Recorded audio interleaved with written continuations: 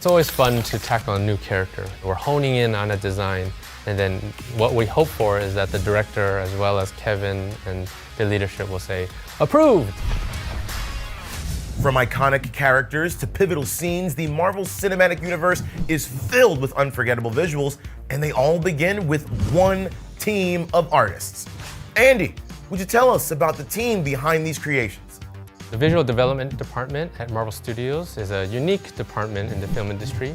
It was started by Ryan Meinerding and Charlie Wen way back in 2010. So the idea was to create an in-house group of artists that can work on all the films, knowing that these are all going to be connected films, so that there can be a cohesion and that there's the same people can be working on these films that know it intimately, can work directly with the producers, with the leadership, with the directors, and create this whole universe that has become the Marvel Cinematic Universe.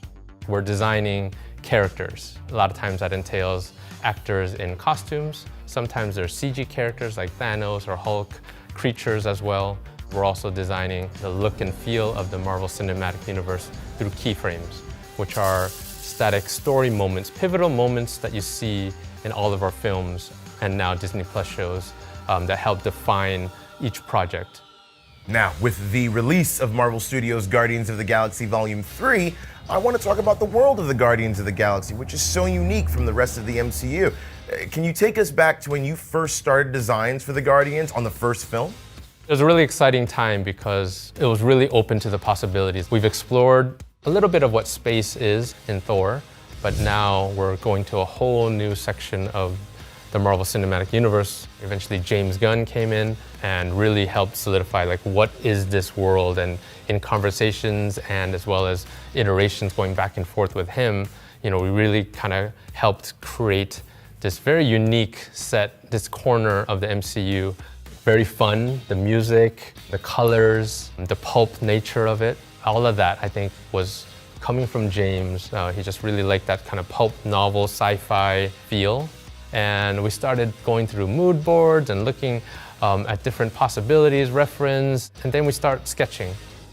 So having established that iconic aesthetic for the Guardians, I'd like to dive into the designs for Volume 3. What were those early sketches and conversations like for developing the new characters we see in this film? Some of the early meetings when we presented our initial concepts of a character like High Evolutionary with Kevin, as well as the leadership, as well as James Gunn, we remind them this is all the different versions that you see in the comic. Then we present our usually 30 options up, it could be more, it could be less, doing the whole range, showing them like these are the versions that are very comic accurate, even though at this point we don't know exactly the story yet. So this is all very early blue sky exploration just to wet our feet and get everyone on the same page. So for any particular character, it's always ideal to have many artists tackle the same character. So speaking of, let's say, Adam Warlock, Konstantin Sakaris, and different artists in the Viz Dev department were able to discover all these different iterations. A lot of times what ends up happening, we'll get a booklet of like comic references, and you start to see Adam Warlock's look change. Originally, he had a cape, and he has this sort of like almost Doctor Strange theatrical collar with some sort of skull holding that cape together, and he's got this gold belt. That's the original sort of like look and aesthetic to Adam Warlock. We start to explore that. And then of course, eventually, once things start solidifying, the story starts being built, and then they hire a director, then we start honing in on what exactly is the tone of the particular movie, in this case, Guardians of the Galaxy. And what can you tell us about some of the iterations for the High Evolutionary and Adam Warlock? Adam Warlock's look in the respect of Guardians of the Galaxy 3 now is he's genetically grown by the Sovereign and has to reflect that sort of aesthetic. But one of the major challenges with him was the chest torso area. That area was so specific because everything was a V line from the Sovereign that was established in Guardians 2. And so we were trying to just capture that, but still design it so it still captured the iconic Kirby aesthetic.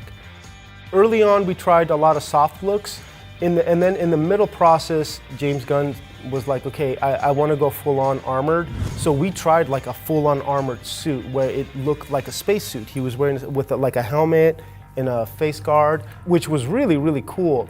But again, you start to border on the line of like Iron Man, you know, does he look more like a robot than a human being because now he's in this suit? So then again, trying to find that happy medium.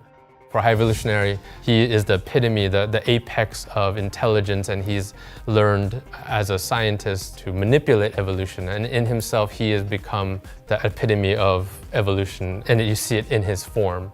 Myself, as well as the team, like started tackling High Evolutionary. That was the thinking.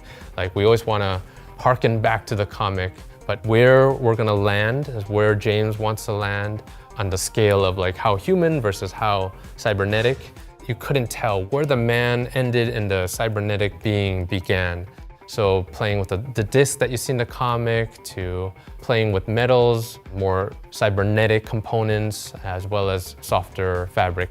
So for many, many months doing all different types of iterations on High Evolutionary, and all of that is explored in all different options of how much of his face is shown, how much is covered with different elements, CG elements. It was a long exploration. Eventually, you really see High Evolutionary come alive, and it's amazing.